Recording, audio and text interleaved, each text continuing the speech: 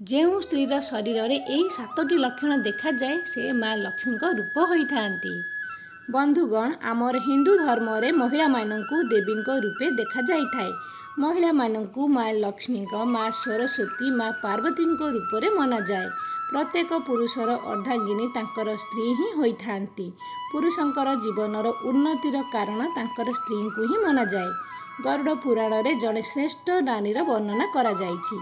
ଯେଉଁ ମହିଳାଙ୍କ ଶରୀରରେ ଏହି 6ଟି ଲକ୍ଷଣ ଦେଖାଯାଏ ତାଙ୍କୁ ସାକ୍ଷାତ ମା ଲକ୍ଷ୍ମୀଙ୍କ ସ୍ୱରୂପ ହିଁ ମନାଯାଇଥାଏ।